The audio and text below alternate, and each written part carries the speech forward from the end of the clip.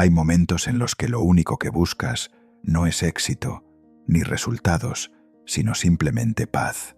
No el silencio de una habitación vacía, sino esa calma profunda que se siente dentro cuando la mente deja de correr, cuando el pecho no aprieta, cuando puedes respirar sin que algo te pese. Esa paz que parece tan lejana en el día a día y que, sin embargo, muchas personas han encontrado de formas sorprendentemente sencillas, no con grandes cambios de vida, no con huir a otro país, ni con empezar desde cero, sino cambiando la manera en la que se relacionan con sus propios pensamientos, con sus emociones y con lo que les sucede cada día. Si ahora mismo te sientes atrapado en un bucle de preocupaciones, si tu cabeza no para ni cuando te acuestas, si sientes que llevas demasiado tiempo cargando con cosas que no puedes resolver, quiero que sepas que este vídeo es para ti. No voy a prometerte fórmulas mágicas, pero sí voy a compartir contigo 13 ideas respaldadas por la psicología que, cuando se comprenden y se aplican, pueden cambiar de forma real la forma en que experimentas cada día. Y antes de continuar, si este tipo de contenido te ayuda a encontrar un poco más de claridad y tranquilidad, te agradecería que te suscribieras. Es gratis y nos ayuda muchísimo a seguir creando este tipo de vídeos. Empecemos. Piensa por un momento en alguien que conoces que vive con el estrés como si fuera una segunda piel. Quizás eres tú mismo. Esa persona que llega a casa después de un día agotador y en lugar de descansar, empieza a repasar mentalmente todo lo que hizo, todo lo que no hizo, todo lo que tiene pendiente, todo lo que podría salir mal mañana. Esa persona que se despierta a las 3 de la madrugada con la cabeza encendida, que no puede ver una película sin que su mente se vaya a otro lado, que incluso en vacaciones siente que no acaba de relajarse del todo. Esa persona no sufre porque su vida sea objetivamente horrible. Sufre porque su mente ha aprendido a funcionar en un estado de alerta constante y nadie le ha enseñado cómo salir de ahí. Déjame preguntarte algo. ¿Sientes que tu mente no para nunca? Si es así, escribe en los comentarios la palabra paz, porque eso que describes no es un defecto tuyo, es un patrón aprendido. Y los patrones que se aprenden pueden transformarse. La primera clave tiene que ver con entender qué es realmente el ruido mental. Muchas personas creen que el problema es que piensan demasiado y que la solución es dejar de pensar. Pero la mente no funciona así. No se puede simplemente apagar. De hecho, cuando intentas forzarte a no pensar en algo, tu cerebro lo hace más presente. Es lo que los psicólogos llaman el efecto del oso blanco. Si te digo que no pienses en un oso blanco, es imposible no hacerlo. El ruido mental no es el pensamiento en sí, es la resistencia al pensamiento. Es la lucha interna entre lo que piensas y lo que crees que deberías estar pensando. Cuando alguien tiene un pensamiento molesto y se dice a sí mismo, no debería pensar esto, eso está mal, tengo que parar. Ese conflicto interno es lo que genera el verdadero agotamiento. El primer paso hacia la paz mental no es silenciar los pensamientos, sino aprender a dejarlos pasar sin luchar contra ellos.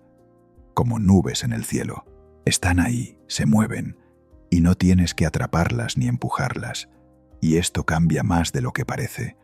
Cuando comienzas a observar tus pensamientos desde cierta distancia, en lugar de identificarte completamente con ellos, algo se suaviza.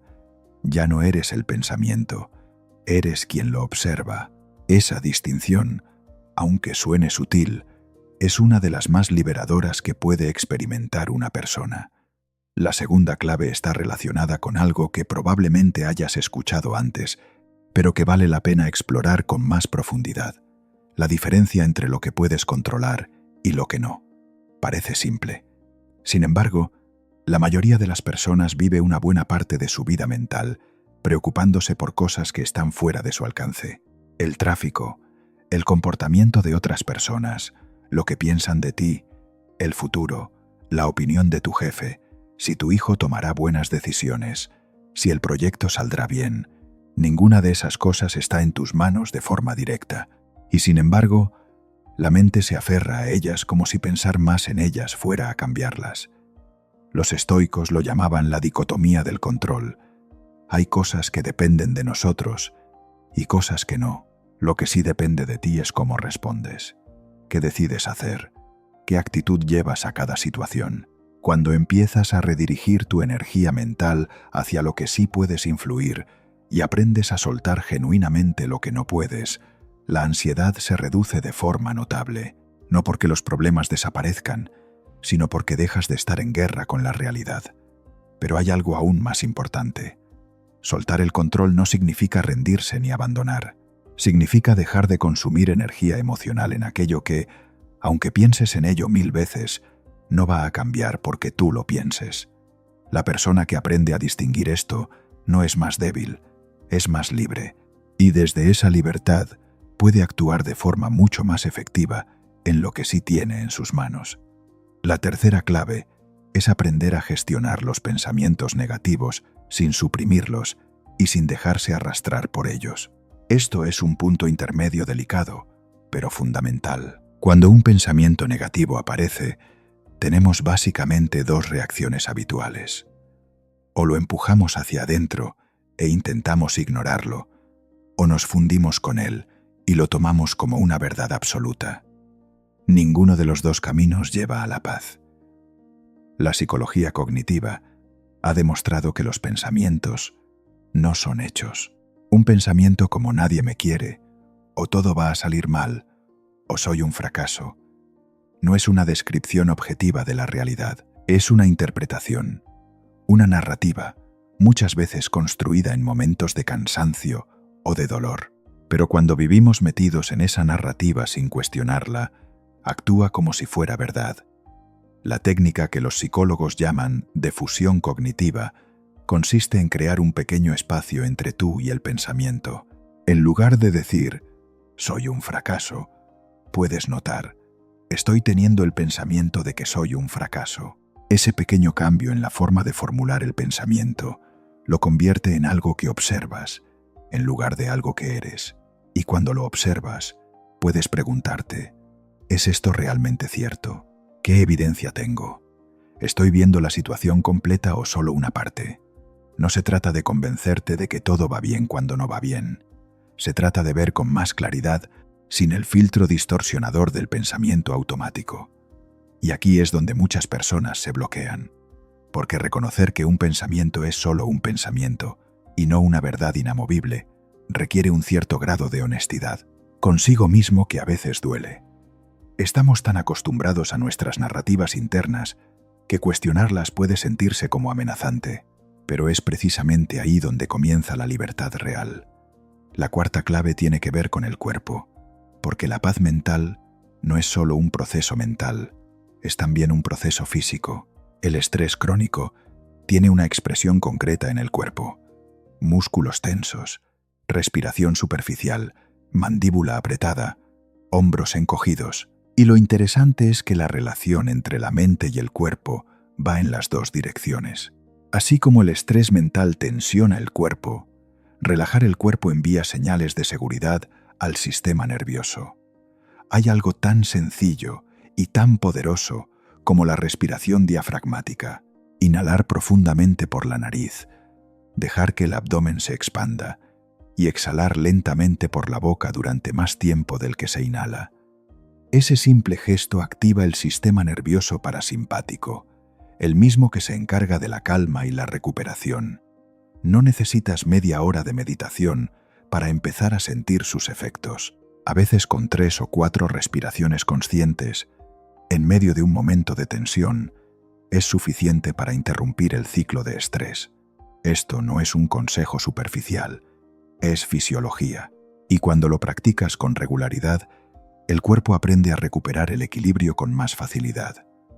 La quinta clave es aprender a vivir más en el presente, y no como un ideal inalcanzable, sino como una habilidad que se puede entrenar.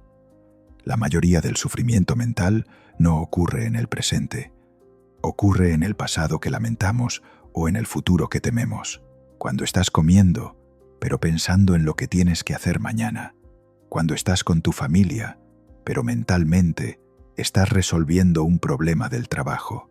Cuando estás en la ducha, pero repasando una conversación que tuviste hace 2 días. En esos momentos, no estás donde estás. Estás en otro lugar que no existe, ni en el pasado ni en el futuro, sino únicamente en tu cabeza. La atención plena, el famoso mindfulness, no es una moda ni una práctica New Age. Es simplemente el entrenamiento de traer la atención al momento presente de forma intencional. Notarlo, la textura de lo que tocas, el sabor de lo que comes, el sonido que escuchas, la sensación de tu respiración. Este tipo de atención no solo reduce el estrés, también aumenta la capacidad de disfrutar, porque el placer y la satisfacción solo ocurren en el presente. No se pueden experimentar mientras la mente está en otro lugar, y esto cambia más de lo que parece, porque cuando empiezas a estar realmente presente, incluso en los momentos más ordinarios, descubres que la vida tiene una textura mucho más rica de lo que creías, y el tiempo parece extenderse de una manera extrañamente reconfortante. La sexta clave es mejorar la relación contigo mismo, y esto es probablemente uno de los aspectos más descuidados en el bienestar emocional. Muchas personas tienen una voz interna extraordinariamente crítica, se hablan a sí mismas con una dureza que jamás usarían con alguien a quien quieren. Si un amigo cometiera un error, le dirías: «Eres un inútil, siempre haces todo mal, ¿nunca aprenderás?». Por supuesto que no, pero muchas personas se dicen exactamente eso a sí mismas, de forma automática, muchas veces al día. La autocompasión, que no debe confundirse con la autoindulgencia o con no responsabilizarse de nada, es la capacidad de tratarse a uno mismo con la misma amabilidad que trataríamos a alguien que nos importa cuando está sufriendo o cometiendo errores. La investigadora Kristin Neff ha demostrado que las personas con mayor autocompasión no son más irresponsables ni menos motivadas. Al contrario, son más resilientes, tienen mayor bienestar emocional y se recuperan más fácilmente de los fracasos. Porque cuando te tratas con amabilidad, no necesitas estar en guardia constantemente contra tus propias imperfecciones. Puedes ver lo que hiciste mal sin que eso te defina como persona. Puedes aprender sin castigarte, y eso, en el largo plazo, genera una estabilidad interior muy diferente a la que se consigue a través de la autocrítica constante. Pero hay algo aún más importante. La relación que tienes contigo mismo es el modelo base de todas tus relaciones. Cómo te hablas, cómo te cuidas, qué toleras de ti mismo y qué no. Todo eso se refleja de una u otra forma en cómo te relacionas con los demás y en cómo permites que te traten. Mejorar esa relación interna no es un ejercicio de narcisismo, es la base del bienestar. La séptima clave es soltar la necesidad de aprobación constante. Vivimos en una época en la que la validación externa está disponible en todo momento.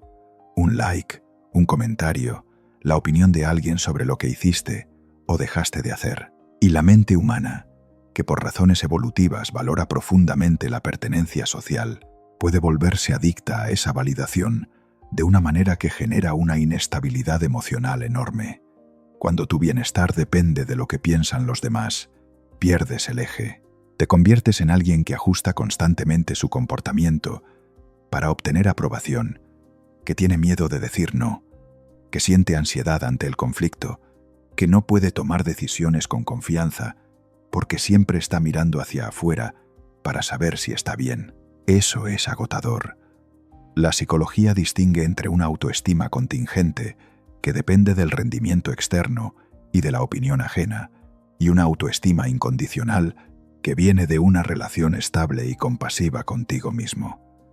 La segunda es mucho más sólida, y aunque construirla lleva tiempo, el primer paso es simplemente empezar a notar cuántas de tus decisiones cotidianas están motivadas por el miedo a la desaprobación y empezar a preguntarte: ¿qué haría yo si no me importara lo que piensan los demás? Y aquí es donde muchas personas se bloquean, porque esa pregunta puede dar miedo. Porque a veces lo que harías si no te importara la opinión ajena es algo que quieres de verdad, algo que llevas tiempo postergando porque no encaja con lo que se espera de ti. Y enfrentarte a eso requiere valentía. La octava clave es aprender a soltar el pasado, no porque lo que viviste no importara, sino porque seguir viviendo en él te impide estar aquí. El cerebro tiene una tendencia natural a rumiar, especialmente sobre eventos negativos. Es un mecanismo que originalmente servía para aprender de los errores y evitar peligros futuros. Pero cuando se convierte en un hábito sin freno, la rumiación no enseña nada, solo duele. Soltar el pasado no significa olvidarlo, ni pretender que no ocurrió. Significa dejar de usarlo como argumento en contra de ti mismo o del mundo. Significa dejar de preguntarte obsesivamente qué hubiera pasado si. Significa reconocer que lo que fue, fue, que tomaste las decisiones que pudiste tomar con lo que sabías en ese momento, que el sufrimiento ya ocurrió y que seguir reviviéndolo no cambia nada, salvo hacerte sufrir de nuevo. Hay una práctica muy sencilla que puede ayudar con esto. Cada vez que notes que tu mente está reviviendo algo del pasado con carga emocional, puedes hacerte una sola pregunta. ¿Hay algo que pueda hacer hoy con esto? Si la respuesta es sí, actúas. Si la respuesta es no, te permites reconocer que en este momento no hay nada que hacer y traes la atención al presente. No siempre es fácil, pero se hace más fácil con la práctica. La novena clave es la gestión del tiempo y la energía, no como productividad, sino como bienestar. Muchas personas viven en un estado de sobrecarga permanente, no porque realmente tengan demasiado que hacer, sino porque no han aprendido a poner límites ni a priorizar. Hacen todo con la misma urgencia. Dicen que sí a cosas que no quieren hacer. No dejan espacios vacíos en el día, y el resultado es una mente que no descansa nunca, porque nunca tiene permiso para hacerlo. El descanso no es el tiempo que queda después de hacer todo lo que hay que hacer. El descanso es algo que hay que planificar y proteger como si fuera una obligación importante, porque lo es. El cerebro necesita períodos de desactivación para consolidar aprendizajes, procesar emociones y regenerarse. Sin eso, la capacidad de concentración cae, la irritabilidad sube y la sensación de paz se vuelve imposible. Pequeños cambios marcan una diferencia real. Proteger 1 hora al día sin pantallas. Salir a caminar sin auriculares. Comer sin mirar el teléfono. Dormir el tiempo suficiente. Estos no son lujos. Son condiciones básicas para que el sistema nervioso pueda funcionar en calma. Y esto cambia más de lo que parece, porque cuando empiezas a respetar tus propios ritmos, algo fundamental cambia en la forma en que vives. Ya no sientes que el tiempo te aplasta. Empiezas a sentir que eres tú quien decide cómo lo usas. La 10ª clave es aprender a aceptar la incertidumbre. Esta es, quizás, una de las habilidades más difíciles de desarrollar en nuestra época. Vivimos en un mundo que nos vende la ilusión de que todo puede controlarse, medirse, predecirse y optimizarse. Y cuando la realidad demuestra que no es así, muchas personas entran en pánico. La intolerancia a la incertidumbre está relacionada directamente con la ansiedad crónica. Las personas que necesitan saber exactamente cómo van a salir las cosas antes de actuar, o que se preparan obsesivamente para todos los posibles escenarios negativos, viven en un estado de tensión permanente, porque la incertidumbre es inherente a la vida. Siempre lo ha sido, y no hay forma de eliminarla. Lo que sí es posible es cambiar la relación que tenemos con ella. En lugar de verla como una amenaza, aprender a verla como la condición natural de lo vivo. Las cosas más importantes de la vida, el amor, la creatividad, el crecimiento personal, ocurren precisamente en zonas de incertidumbre. Quien aprende a tolerar esa incertidumbre sin necesitar resolverla inmediatamente, descubre que tiene mucha más capacidad de acción y mucho menos miedo. Pero hay algo aún más importante. La aceptación de la incertidumbre no es pasividad, es claridad. Y es claridad. Cuando dejas de gastar energía intentando controlar lo incontrolable, esa energía queda disponible para lo que sí puedes hacer. Y eso, en la práctica, te hace más efectivo y mucho más sereno. La 11ª clave es cultivar relaciones que nutran. No acumular contactos, sino construir vínculos reales. La calidad de nuestras relaciones interpersonales es uno de los predictores más potentes de bienestar emocional que conocemos. Las personas que tienen aunque sea una o dos relaciones de confianza genuina, donde pueden mostrarse tal como son, sin miedo al juicio, tienen una base emocional mucho más estable. Pero muchas personas evitan ese tipo de relaciones por distintas razones, por miedo a la vulnerabilidad, por la creencia de que mostrar debilidad las hará parecer menos, por haber aprendido que no se puede confiar en los demás, y así terminan rodeadas de muchas personas pero profundamente solas. La paz que viene de sentir que perteneces, que importas, que hay personas que te conocen de verdad y te eligen igual, es un tipo de paz que ningún logro externo puede reemplazar. No se trata de tener muchos amigos. Se trata de cultivar con cuidado las relaciones donde puedes ser auténtico. Y aquí es donde muchas personas se bloquean, porque ser auténtico implica arriesgarse a no gustarle a todo el mundo. Implica mostrarse imperfecto, y eso requiere haber trabajado antes la autocompasión y la autoestima que mencionábamos antes. Todo está conectado. La 12ª clave es encontrar sentido en lo cotidiano. Viktor Frankl, psiquiatra superviviente del Holocausto, escribió que el ser humano puede soportar casi cualquier sufrimiento si encuentra un sentido en él. Y esta idea, que parece reservada para las grandes tragedias, se aplica igual a la vida ordinaria. Las personas que viven con mayor sensación de bienestar no son necesariamente las que tienen menos problemas, son las que sienten que lo que hacen tiene algún tipo de significado. Ese significado no tiene que ser grandioso, no tiene que ser una misión universal. Puede ser tan sencillo como saber que cuidas bien a alguien, que tu trabajo mejora algo para alguien, que el tiempo que dedicas a un hobby te conecta con algo que amas, que tus acciones están en línea con tus valores. Cuando vives desde ese sentido, incluso los días difíciles tienen una textura diferente. Hay algo que ancla. Por el contrario, cuando se vive sin ese ancla, los logros externos no llenan. La persona puede conseguir todo lo que se propuso y seguir sintiéndose vacía, porque lo que la mente busca no es tanto el éxito como la coherencia, saber que hay una razón detrás de lo que hace. La 13ª y última clave es la de cultivar la gratitud no como un ejercicio de positivismo forzado, sino como un entrenamiento de la atención. El cerebro humano tiene lo que los psicólogos llaman sesgo de negatividad. Está diseñado para prestar más atención a las amenazas y los problemas que a lo que está bien. Fue útil para la supervivencia, pero en la vida moderna significa que tendemos a focalizarnos de forma desproporcionada en lo que falta, en lo que salió mal, en lo que podría mejorar, mientras damos por sentado todo lo que está funcionando. La práctica de la gratitud no consiste en negarse a ver lo difícil, consiste en entrenar al cerebro para que también registre lo bueno, y tiene efectos medibles. Mejora el estado de ánimo, reduce los síntomas de ansiedad y depresión y aumenta la sensación general de satisfacción con la vida, no porque cambie la realidad, sino porque cambia desde dónde la miras. No hace falta escribir listas largas. A veces es suficiente detenerse un momento al final del día y preguntarse: ¿qué pasó hoy, aunque sea pequeño, que estuvo bien? Una conversación que te alegró, un momento de silencio que disfrutaste, un café que supo bien, una persona que te sonrió sin más.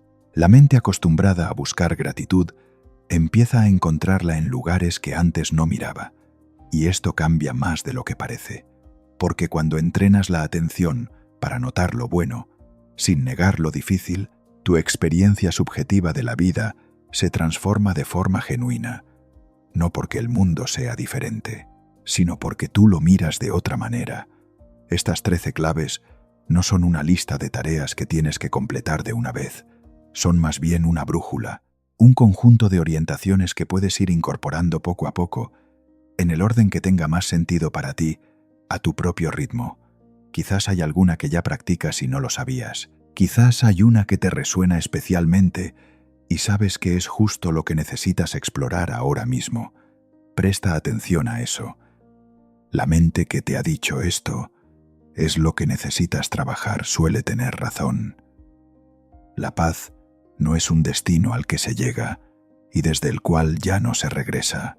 Es más bien un estado al que aprendes a volver, una y otra vez, con más facilidad y con más rapidez cada vez que lo practicas. Habrá días difíciles, habrá momentos en que el ruido mental regrese, en que la ansiedad aparezca, en que el pasado duela o el futuro dé miedo. Eso es parte de ser humano, y la diferencia no está en que esas cosas no ocurran. La diferencia está en cómo te relacionas con ellas cuando ocurren, con más amabilidad hacia ti mismo, con más confianza en tu capacidad de atravesarlas, con más presencia en lo que está ocurriendo aquí, ahora, en este momento. Eso es vivir en paz, no la ausencia de dificultad, sino la capacidad de estar contigo mismo incluso cuando la vida es complicada. Gracias por haber llegado hasta aquí. Si este vídeo te ha dado, aunque sea un pequeño punto de apoyo, una idea que se queda contigo, una perspectiva que cambia algo en cómo ves tu día a día, entonces ha valido la pena crearlo. Si quieres seguir recibiendo contenido como este, suscríbete al canal. Es completamente gratis y así no te perderás los próximos vídeos. Y si hay alguien en tu vida que crees que podría necesitar escuchar esto hoy, compártelo con esa persona. A veces, el gesto más pequeño puede ser justo lo que alguien necesita. Cuídate mucho y recuerda, la paz que buscas no está tan lejos como parece.